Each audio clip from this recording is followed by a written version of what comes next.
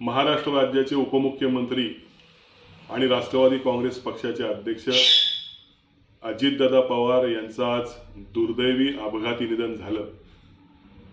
एक कोकणवासीय म्हणून मला याचं दुःख आहे।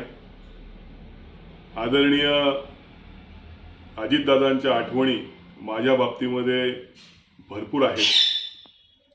मी खेड नगरपालिकेचा नगराध्यक्ष असताना खेडवासियांना कोविड काळामध्ये त्यांनी अत्यंत चांगली मदत केली होती। हे खेडवासीय कधीच विसरणार नाहीत। माझ्या राजकीय कारकिर्दीमध्ये मी दुसऱ्या पक्षाचा असताना देखील ते राज्याचे अर्थमंत्री असताना त्यांनी भरघोस निधी एक चांगला कार्यकर्ता म्हणून मला दिलेला आहे।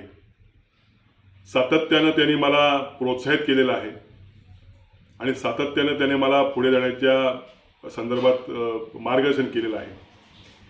खेडचं जे कोविड सेंटर होतं त्या कोविड सेंटरला त्यांनी मोठ्या प्रमाणावरती निधी दिला। त्या ठिकाणी त्यांनी ऑक्सिजन प्लांट दिला, त्या ठिकाणी त्यांनी जी बेडची व्यवस्था होती ती त्यांनी दिली आणि कोविड काळामध्ये ॲम्ब्युलन्स देखील त्यांनी खेडवासियांना दिली। त्यांनी खेड नगरपालिकेला भेट दिली। आज खेड नगरपालिकेची जी नगराध्यक्ष केबिन आहे ही नगराध्यक्ष केबिन त्यांच्या सूचनेनुसारच मी त्या ठिकाणी तिचं रिनोव्हेशन केलं किंवा त्या ठिकाणी ती बनवली। हे संपूर्णतः अजितदादांनी सांगितल्यामुळेच मी करू शकलो। मला आठवत आहे की खेड नगरपालिकेच्या निधी संदर्भात त्यांच्याकडे सकाळी 6:30 वाजता मी गेलो होतो आणि माझं काम आटपून मी 7 वाजता बाहेर पडलो होतो। एवढ्या सकाळी काम करणारा एकमेव या महाराष्ट्रातला नेता म्हणावा लागेल। आज ह्या अशा नेत्याला आपला महाराष्ट्र मुकलेला आहे।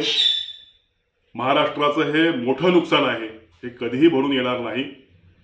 माझ्यासारख्या या तरुण किंवा नवीन कार्यकर्त्याला याचं अति दुःख आहे आणि हे दुःख कधीही भरून येणार नाही।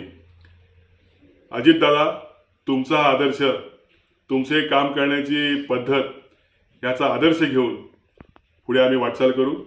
तुम्हाला या कोकणवासियांच्या वतीनं भावपूर्ण श्रद्धांजली।